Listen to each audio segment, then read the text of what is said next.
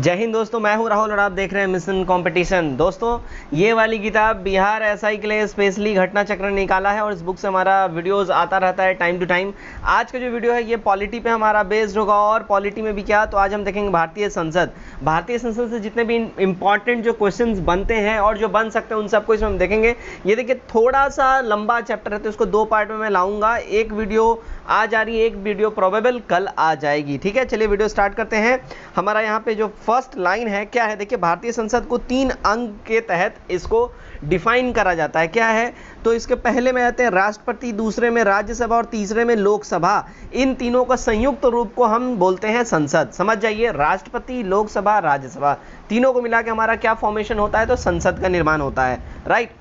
Next है हमारा राज्यसभा को उच्च सदन कहा जाता है, यानी कि अपर हाउस। ठीक है, अब देखिए इंग्लैंड में जो है ना इसको हाउस ऑफ लॉर्ड्स बोलते हैं। ठीक है, देखिए हमारा जो संघीय जो व्यवस्था है, जो संसद का जो टोटल व्यवस्था है, ये कहाँ से लिया गया है, ये ब्रिटेन से लिया गया, इंग्लैंड से लिया गया। ठीक है, तो ब्रिटेन में जैसे हमारे यहाँ लोकसभा है, राज्यसभा है और फिर राष्ट्रपति है। ठीक है, ब्रिटेन में जो है ना वहाँ के संसद में वहाँ के जो है आपको जो किंग या क्वीन होते हैं उसमें सम्मिलित नहीं होते हैं, लेकिन हमारे राष्ट्रपति की तुलना ब्रिटेन के राजा से ही की गई है, क्योंकि इनके पास जो ताकत और जो शक्तियां हैं वो सब उन्हीं के जैसे हैं। ठीक है, टोटल वही चीज़ है, खासियत बस फर्क हमारे यहाँ ये है कि हमारे जो राष्ट्रपति हैं वो संसद के अंग हो जाते हैं और वो संसद से अंग संसद के वो नहीं बोले जाते, लेकिन उनमें जो है सारी शक्तियाँ उनमें भी सन्निहित हैं सब कुछ। ठीक है, वहां पे देखिए, वहां जैसे हमारे यहाँ राज्यसभा होता है तो राज्यसभा क्या, उच्च सदन यानी अपर हाउस होता है, तो वहां पे जो वहां का जो अपर हाउस होता है, जो उच्च सदन होता है, उसको हाउस ऑफ लॉर्ड्स बोलते हैं। ठीक है, और निम्न सदन जो होता है हमारे यहाँ क्या होता है,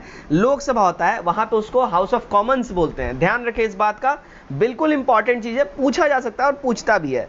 राज्यसभा को बुजुर्गों की सभा यानी हाउस ऑफ एल्डर्स भी कहा जाता है। बहुत इंपॉर्टेंट लाइन है, ये पूछ सकता है कि बुजुर्गों की सभा या हाउस ऑफ एल्डर्स किसको कहा जाता है, तो राज्यसभा कहा जाता है। लोकसभा को निम्न सदन कहा जाता है, आपने अभी ऊपर पढ़ा ही। राज्यसभा को एक स्थायी सदन है, राज्यसभा जो एक स्थायी सदन है इसको भंग नहीं किया जा सकता। बहुत इंपॉर्टेंट लाइन है ना, ये देता है कूट मिलान के तहत देता है, तो इस चीज का ध्यान रखिए कि राज्यसभा एक स्थायी सदन है, इसका कभी भंग नहीं किया जा सकता। इसका कार्यकाल 6 साल का होता है, ध्यान रखिए। राज्यसभा के 1/3 सदस्य प्रत्येक 2 वर्ष पे अपना पद का कार्यकाल पूरा करके सेवानिवृत्त होते हैं, यानी कि रिटायर होते हैं। ध्यान रखिए इस बात का। ठीक है, नेक्स्ट है देखिए राज्यसभा के सदस्यों का कार्यकाल, अभी मैंने ऊपर बता दिया 6 इयर्स का होता है। राज्यसभा के 12 सदस्य राष्ट्रपति द्वारा मनोनीत किए जाते हैं। ठीक है, और राज्यसभा के सदस्यों के लिए जो मिनिमम एज क्राइटेरिया है कितना है, तो 30 इयर्स दिया गया है। न्यूनतम उम्र सीमा उनकी जो होनी चाहिए 30 वर्ष होनी चाहिए जब वो राज्यसभा का सदस्य वो बने, और लोकसभा के लिए मिनिमम जो है एज 25 इयर्स होनी चाहिए। ध्यान रखिए इस बात का, बहुत इंपॉर्टेंट है। लोकसभा सदस्य बनने के लिए जो मिनिमम एज कितनी होनी चाहिए, 25 इयर्स। अब देखिए यहाँ पे क्या बोल रहा है, देखिए सामान्यतः लोकसभा के सदस्यों का कार्यकाल जो होता है 5 इयर्स के लिए होता है। हम जो लोकसभा का जो हमारा इलेक्शन होता है, जैसे कि अभी इलेक्शन हमारा हुआ 2019 में, मोदी साहब दोबारा से पीएम बन गए, तो इनका लोकसभा का एक नया सत्र का गठन हुआ। इनका टेन्योर कितना है, 5 साल का। तो यही समझ जाइए लोकसभा का टेन्योर कितना, 5 साल का होता है। राज्यसभा के सदस्यों का निर्वाचन विधानसभा के निर्वाचित सदस्यों के द्वारा अनुपातिक प्रतिनिधित्व पद्धति के अनुसार एकल संक्रमणीय मत द्वारा ये करा जाता है। ठीक है, राज्यसभा के उपसभापति का निर्वाचन राज्यसभा के सदस्यों द्वारा ही होता है। अच्छा देखिए यहाँ पे समझ जाइए, राज्यसभा के जो उपसभापति होते हैं, एक्चुअली ये होते कौन है, तो भैया ये होते हैं उपराष्ट्रपति। ठीक है, ध्यान रखिए इस बात का, उपराष्ट्रपति ही राज्यसभा के उपसभापति होते हैं। अच्छा, एक और इंपॉर्टेंट मैं बात बताता हूँ, उपराष्ट्रपति जो साहब होते हैं ना, इनको इस पोस्ट के लिए 1 रुपया नहीं मिलता है, 1 चवन्नी फूटी कौड़ी भी नहीं मिलती है, इसको 0 रुपया मिलता है, 1 रुपया नहीं मिलता है। इनको जो सैलरी या जो भी अलाउंसेस जो मिलते हैं वो किसी से मिलते हैं, उपसभापति होने का। राज्यसभा के उपसभापति ये पोस्ट जो ये धारण करते हैं, तो इस चीज के लिए इनको सैलरी मिलती है। अच्छा, इनकी सैलरी कितनी है, देखिए इनकी सैलरी 4 लाख है। कितनी, 4 लाख। राष्ट्रपति साहब की 5 लाख। ध्यान रखिए इस बात का, राष्ट्रपति साहब का 5 लाख, उपराष्ट्रपति साहब का 4 लाख है। ध्यान रखिए इस बात का। ठीक है, चलिए नेक्स्ट देखते हैं। साहित्य, विज्ञान और कला और समाज सेवा क्षेत्र में से विशेष ज्ञान या व्यवहारिक अनुभव रखने वाले व्यक्तियों को राष्ट्रपति द्वारा राज्यसभा के लिए मनोनीत किया जाता है, चयनित किया जाता है। ठीक है, इन्हीं क्षेत्रों से, क्षेत्र का नाम पूछा जाता है किस किस क्षेत्र से, तो साहित्य है, विज्ञान है, कला और सामाजिक सेवा, ठीक है, इन सारे एरिया से सिलेक्ट किया जाता है प्रेसिडेंट के द्वारा। भारतीय संघीय कार्यपालिका में राष्ट्रपति और मंत्रिपरिषद ये होते हैं। और जवाहरलाल नेहरू के बाद लाल बहादुर शास्त्री भारत के प्रधानमंत्री बने थे। ये पूछा जाता है जवाहरलाल नेहरू के बाद कौन जो है प्रधानमंत्री बने थे, तो नेहरू जी के बाद शास्त्री जी ही प्रधानमंत्री बने थे और इन्हीं की मृत्यु हो गई थी कहाँ, ताशकंद में। ठीक है, चलिए नेक्स्ट देखिए, भारतीय संसद भारत के राष्ट्रपति द्वारा संसद के दोनों सदनों को एक साथ संबोधित किए जाने बाद धन्यवाद प्रकट करते हैं। भारतीय संसद जो है, भारत के राष्ट्रपति द्वारा संसद के दोनों सदनों को एक साथ संबोधित किए जाने के बाद उनको धन्यवाद प्रकट करते हैं। किसको, प्रेसिडेंट साहब को। लोकसभा के सदस्यों का निर्वाचन प्रत्यक्ष रूप से जनता द्वारा किया जाता है। आप सब जानते ही हो लोकसभा का जो इलेक्शन होता है वो पब्लिक होता है। ठीक है, लोकसभा को जनता के सदन के नाम से भी जाना जाता है क्योंकि यहाँ हमारे द्वारा चुने गए प्रतिनिधि ही इसमें भाग लेते हैं। ठीक है, चलिए नेक्स्ट है, ऐसे व्यक्ति जो संसद का सदस्य नहीं है मंत्री पद पर नियुक्त किए जा सकते हैं, लेकिन उस व्यक्ति को 6 मंथ के अंदर, विदिन 6 मंथ के अंदर सदस्यता लेनी पड़ेगी, सदस्य बनना पड़ेगा किसी भी सदन का भैया, अपर हाउस लोअर हाउस कहीं भी। भारत की भूतपूर्व प्रधानमंत्री श्रीमती इंदिरा गांधी जी मोतीलाल नेहरू की पोती थी। ये बहुत बार पूछा जाता है ना, इंदिरा गांधी का रिलेशन पूछा जाता है, तो ये बहुत इंपॉर्टेंट है, इसको ध्यान में रखना है। ठीक है, ये जो इंदिरा गांधी जी जो है ना, ये मोतीलाल नेहरू की पोती थी। राइट, चलिए नेक्स्ट हमारा देखिए, भारत में 25 अक्टूबर 1951 से 21 फरवरी 1952 के बीच प्रथम आम चुनाव ये हुए थे। कब से, तो 25 अक्टूबर 1951 से 21 फरवरी 1952 के बीच में आम चुनाव पहली बार, है ना। 1951 से मतलब आज़ादी के बाद की बात हो रही है, 1951 से लेके 1952 के बीच में। नेक्स्ट पॉइंट है देखिए, भारतीय राजनीतिक व्यवस्था में कार्यपालिका विधायिका के प्रति उत्तरदायी होती है। देखिए भारतीय राजनीतिक व्यवस्था या फिर हमारा जो भारतीय जो कॉन्स्टिट्यूशन है, इसको बोला जाता है ये 3 स्तंभों पे टिका हुआ है। ठीक है, देखिए क्या है, विधायिका है, कार्यपालिका और न्यायपालिका है। विधायिका का काम क्या होता है, विधायिका का काम होता है विधि बनाना यानी कानून बनाना। कार्यपालिका का काम क्या होता है, उस कानून को सही तरीके से क्रियान्वयन करना, और फिर अगर इनमें इन दोनों के द्वारा कुछ भी दिक्कत होता है, कुछ भी प्रॉब्लम होता है, कुछ भी दोष है, उसके निवारण के लिए फिर क्या है, न्यायपालिका है। राइट, नेक्स्ट पॉइंट की ओर बढ़ते हैं। सरकार के संसदीय स्वरूप में संसद को वास्तविक शक्ति प्राप्त होती है। ठीक है, सरकार के संसदीय स्वरूप में संसद को वास्तविक शक्ति प्राप्त होती है। लोकसभा में अधिकतम 550, वर्तमान में लोकसभा में टोटल 543 सदस्य हैं, हो सकते हैं। ठीक है, और उल्लेखनीय है, ये बात ध्यान देने वाली है कि जब 104वां संविधान संशोधन हुआ था, कब हुआ था, 2019 में। इसके हिसाब से आर्टिकल 334 में संशोधन द्वारा लोकसभा और राज्यसभा विधानसभा में मनोनीत किए जाने वाले एंग्लो इंडियन सदस्यों को मनोनयन की व्यवस्था को खत्म कर दिया गया है। अब इसको एंड कर दिया गया है, ध्यान रखिए इस बात को। राइट, नेक्स्ट पॉइंट, संसद में सामान्य आम बजट ये 28 फरवरी को पेश किया जाता है। सामान्य आम बजट का बात हो रहा है। ठीक है, लेकिन करंट टाइम में इसे 1 फरवरी को पेश किया जाता है। अब करंट सिनारियो की बात हो रही है, 1 फरवरी को, पहले 28 फरवरी को होता था, लेकिन अब 1 फरवरी को किया जाता है।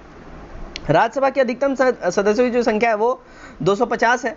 और शून्यकाल ये भारत की देन है। देखिए ये बहुत ध्यान देने वाली बात है, ये हमारे इंडियन कॉन्स्टिट्यूशन, हमारे इंडियन संसद की ही देन है, इंडियन पार्लियामेंट की देन है। शून्यकाल जिसके बारे में बहुत सुनते होंगे, शून्यकाल, 0 आवर। लोकसभा में दोपहर 12 बजे से दोपहर 1 बजे तक के बीच का टाइम इसको 0 आवर कहा जाता है। ठीक है, अध्यक्ष यानी स्पीकर लोकसभा का इस लोकसभा में सिर्फ मतों की संख्या बराबर होने पर ही अपने मत का अधिकार का प्रयोग कर सकता है। ठीक है, बहुत बार ऐसा सिस्टम हुआ है जब दोनों पक्ष जो है इक्वल जो है मत दिया इन्होंने, जब ऐसा सिचुएशन बनेगा तब जो है डिसाइसिव वोट कौन देगा, तो लोकसभा का स्पीकर देगा। देखिए नेक्स्ट है, श्रीमती इंदिरा गांधी जब भारत की प्रधानमंत्री बनी थी तो भारत के राष्ट्रपति डॉक्टर सर्वपल्ली राधाकृष्णन थे।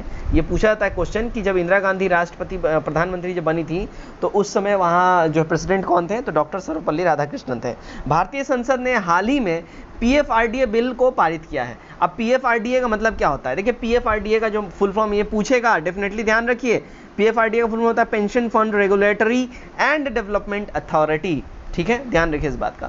लोकसभा और राज्यसभा में महिलाओं के लिए कोई भी रिजर्वेशन नहीं है। बहुत इंपॉर्टेंट चीज यहाँ पे देखिए, आप लोग यहाँ पे कंफ्यूज करने वाला क्वेश्चन दिया जा सकता है। ये पूछा जाएगा कि लोकसभा और राज्यसभा में महिलाओं के लिए कितना आरक्षण है। ठीक है, 20% लिख देगा, 30% लिख देगा, या तो लिख देगा 15%। ठीक है, या चौथा ऑप्शन रहेगा कि कोई आरक्षण नहीं है, ठीक है। तो ध्यान रखिए, कोई भी आरक्षण नहीं है। एग्जाम्स में इनको आरक्षण मिलता है, ठीक है, उसके बाद इलेक्शंस में आरक्षण मिलता है, लेकिन लोकसभा और राज्यसभा में कोई आरक्षण का प्रावधान नहीं है, ठीक। भारतीय संविधान के अनुच्छेद 80 में राज्यसभा की रचना से संबंधित विवरण का उल्लेख करा गया है, इसमें आर्टिकल 80 में, ठीक है। राज्यसभा के वर्तमान पदेन सभापति कौन है? तो वेंकैया नायडू जी हैं। और संसदीय सरकार की सबसे महत्वपूर्ण विशेष जो प्रमंडल के प्रति कार्यपालिका की जवाबदेही इन्हीं की होती है, ठीक है। संसदीय सरकार की सबसे महत्वपूर्ण विशेषता ये होती है कि विधानमंडल के प्रति कार्यपालिका की जवाबदेही होती है। नेक्स्ट पॉइंट है, भारत में मंत्रिपरिषद तब तक अस्तित्व में रहती है जब तक उसके पास लोकसभा के सदस्यों के बहुमत का समर्थन होता है, तभी तक वो जो है उसका टेन्योर बचा रहता है। यदि लोकसभा का अध्यक्ष अपने कार्यकाल से पहले अपना पद त्यागना चाहे तो फिर त्यागपत्र किसको देता है? देखिए, तो अपना त्यागपत्र जो है ना लोकसभा के उपाध्यक्ष को देता है, ठीक है। एक होता है स्पीकर, एक होता है वाइस स्पीकर। तो वाइस स्पीकर उपाध्यक्ष को ये अपना त्यागपत्र देंगे, रेजिग्नेशन लेटर देंगे। उसी तरह जो है प्रेसिडेंट जो है वाइस प्रेसिडेंट को देते हैं, ठीक। और वाइस प्रेसिडेंट को त्यागपत्र मिलते ही वो तुरंत लोकसभा के स्पीकर को तुरंत उनको खबर करना जरूरी है। भारतीय संविधान का अनुच्छेद 253 संसद की अंतर्राष्ट्रीय समझौता को लागू करने हेतु कानून बनाने का अधिकार देता है। कौन? तो भारतीय संविधान आर्टिकल 253। लोकसभा 2014 के चुनाव में भारतीय जनता पार्टी ने सबसे अधिक संख्या में वोट हासिल की थी, सबसे बड़ी ये पार्टी बनी थी, आप सब ये चीज़ जानते ही होंगे, ठीक है। लोकसभा में विरोधी दल के नेता को केंद्रीय कैबिनेट मंत्री का दर्जा प्राप्त होता है। इनको सारे अलाउंसेस उसी के अनुरूप, उसी के हिसाब से प्राप्त भी होते हैं। देखिए, एच.डी. देवगौड़ा के बाद इंद्र कुमार गुजराल भारत के प्रधानमंत्री बने थे। ये पूछा जाता है कि देवगौड़ा के बाद कौन बने थे, इनका नंबर वहाँ कितना था? तो आप लोग जो है कमेंट करके बताइए कि इंद्र कुमार गुजराल का जो है नंबर कौन सा था, कितने नंबर के वो प्रधानमंत्री थे। लोकसभा सीटों की सबसे अधिक संख्या कहाँ है? तो यूपी में है। कितनी है? 80 है, ठीक। उत्तर प्रदेश राज्य का लोकसभा व राज्यसभा दोनों सदनों में सबसे ज़्यादा प्रतिनिधित्व है, यानी कि सिंपल भाषा में बोलो सबसे ज़्यादा इन्हीं की सीटें हैं, ठीक है। ध्यान रखिए इस बात का। नेक्स्ट देखिए, नेक्स्ट हमारा बिहार लोकसभा की 40 सीटों का प्रतिनिधित्व करता है। बिहार जो है लोकसभा की 40 सीटों का प्रतिनिधित्व करता है। मध्य प्रदेश में लोकसभा में अनुसूचित जातियों के लिए सबसे अधिक सीटें रिजर्व्ड हैं। ये देखिए, ये क्वेश्चन पूछा हुआ है, ठीक है, कि सबसे ज़्यादा जो है अनुसूचित जातियों के लिए सीट कहाँ रिजर्व्ड है? तो मध्य प्रदेश में है। महाराष्ट्र राज्य को लोकसभा में दूसरे स्थान पर इसको ये आता है क्योंकि यहाँ पे 48 सीटें हैं यूपी के बाद, ठीक है। यूपी के बाद सबसे ज़्यादा महाराष्ट्र ही प्रतिनिधित्व करता है। हरियाणा राज्य को लोकसभा में 10 सीटें प्राप्त हैं, ठीक है। नेक्स्ट है, देखिए क्षेत्रफल की दृष्टि से अगर हम बात करें तो क्षेत्रफल की दृष्टि से भारत का सबसे बड़ा लोकसभा संसदीय क्षेत्र कॉन्स्टिट्यूएंसी की बात करें तो वो कौन है? लद्दाख है। अगर एरिया के हिसाब से बात हो रही है, क्षेत्रफल के हिसाब से, ठीक है, एरिया के हिसाब से, ठीक। और लोकसभा सदस्य अपने में से किसी एक सदस्य को लोकसभा अध्यक्ष निर्वाचित करते हैं। ध्यान रखें इस बात का, ठीक है। नेक्स्ट देखिए, हमारे अध्यक्ष व उपाध्यक्ष दोनों की अनुपस्थिति में लोकसभा का सबसे वरिष्ठ सदस्य लोकसभा की अध्यक्षता करता है। अगर अध्यक्ष और उपाध्यक्ष दोनों ही एब्सेंट है, यहाँ बात हो रही है अगर दोनों एब्सेंट हैं तो कौन करेगा? तो सबसे वरिष्ठतम जो वहाँ पे मेंबर होगा वो करेगा। नेक्स्ट देखिए, गणेश वासुदेव मावलंकर, ये स्वतंत्र भारत यानी इंडिपेंडेंट इंडिया के सबसे पहले ये लोकसभा के अध्यक्ष थे। एम अनंत श्याम अयंगर दूसरे लोकसभा के अध्यक्ष थे। ये इंपॉर्टेंट, देखिए पहला तो सभी इनका नाम याद रहता है लेकिन दूसरा वाला नाम किसी को याद रहता नहीं है और ये पूछा हुआ क्वेश्चन है, इवन बीपीएससी तक में पूछा हुआ है, ठीक है। एम अनंत श्याम अयंगर ये दूसरे लोकसभा अध्यक्ष हैं, ठीक है। करेंट टाइम में कौन है? तो ओम बिरला जी लोकसभा के अध्यक्ष हैं करेंट टाइम में। अच्छा, ये भी पूछता है कि लोकसभा की प्रथम महिला स्पीकर कौन थी? तो प्रथम महिला स्पीकर की बात करें, देखिए मीरा कुमार प्रथम महिला स्पीकर थी। एक विधेयक जो किसी कर के अधिरोपण, उत्सादन, परिहार, परिवर्तन या विनियमन से संबंधित है उसे क्या कहते हैं? तो उसे धन विधेयक कहते हैं। लोकसभा के स्पीकर अध्यक्ष को लोकसभा के वर्तमान तत्कालिक समस्त सदस्यों के बहुमत से पारित प्रस्ताव द्वारा ही अपने पद से हटाया जा सकता है। ध्यान रखें इस बात का। लोकसभा को भंग करने का अधिकार किसके पास है? सिर्फ राष्ट्रपति को है, ठीक है। और ये भी मंत्रिमंडल के सिफारिश में ही करते हैं। भारतीय संविधान के अनुच्छेद 249 द्वारा राज्य सूची में राष्ट्रीय महत्व के विषय का संबंध में विधि निर्माण की शक्तियां संसद को प्राप्त है। लोक लेखा समिति यानी कि पीएसी का अध्यक्ष लोकसभा अध्यक्ष द्वारा मनोनीत किया जाता है, ठीक है। पब्लिक अकाउंट्स कमीशन का, राइट, मनोनीत किया जाता है कि कौन? तो लोकसभा अध्यक्ष द्वारा। भारत के प्रधानमंत्री को संसद सदस्य होना जरूरी नहीं है, लेकिन 6 मंथ के भीतर उन्हें संसदीय सदस्यता लेना जरूरी है, चाहे किसी में भी हो, राज्यसभा हो या तो फिर लोकसभा हो, राइट। नेक्स्ट है देखिए, जातियां और जनजातियों को अनुसूचित जाति या अनुसूचित जनजाति करार देने का संवैधानिक अधिकार किसको है? तो सिर्फ और सिर्फ पार्लियामेंट को, संसद को है। इवन राष्ट्रपति साहब भी इसका नहीं कुछ कर सकते, जब तक अमेंडमेंट नहीं आएगा, संसद द्वारा बिल पास नहीं होगा, वो नहीं कहलाएंगे जो भी है। लोकसभा के लिए ठीक है, आज अनुसूचित जाति ठीक है, एससी यानी कि, और अनुसूचित जनजाति की बात करें, एसटी की बात करें तो अरुणाचल प्रदेश, जम्मू कश्मीर, नागालैंड, सिक्किम और गोवा राज्य में आरक्षण प्राप्त इनको नहीं है। बहुत इंपॉर्टेंट चीज़ है। तो गाइज ये था आज का हमारा पार्ट 1 पार्लियामेंट से रिलेटेड, ठीक है, पार्ट 1 था ये। कल आपको पार्ट 2 इसका प्राप्त होगा। उम्मीद करता हूँ वीडियो आप लोगों को पसंद आया। कैसा लगा ये वीडियो कमेंट करके जरूर बताएं, और नए लोग सब्सक्राइब करें और वीडियो शेयर करना बिल्कुल भी ना भूलें। Till then take care, bye bye and God bless you all.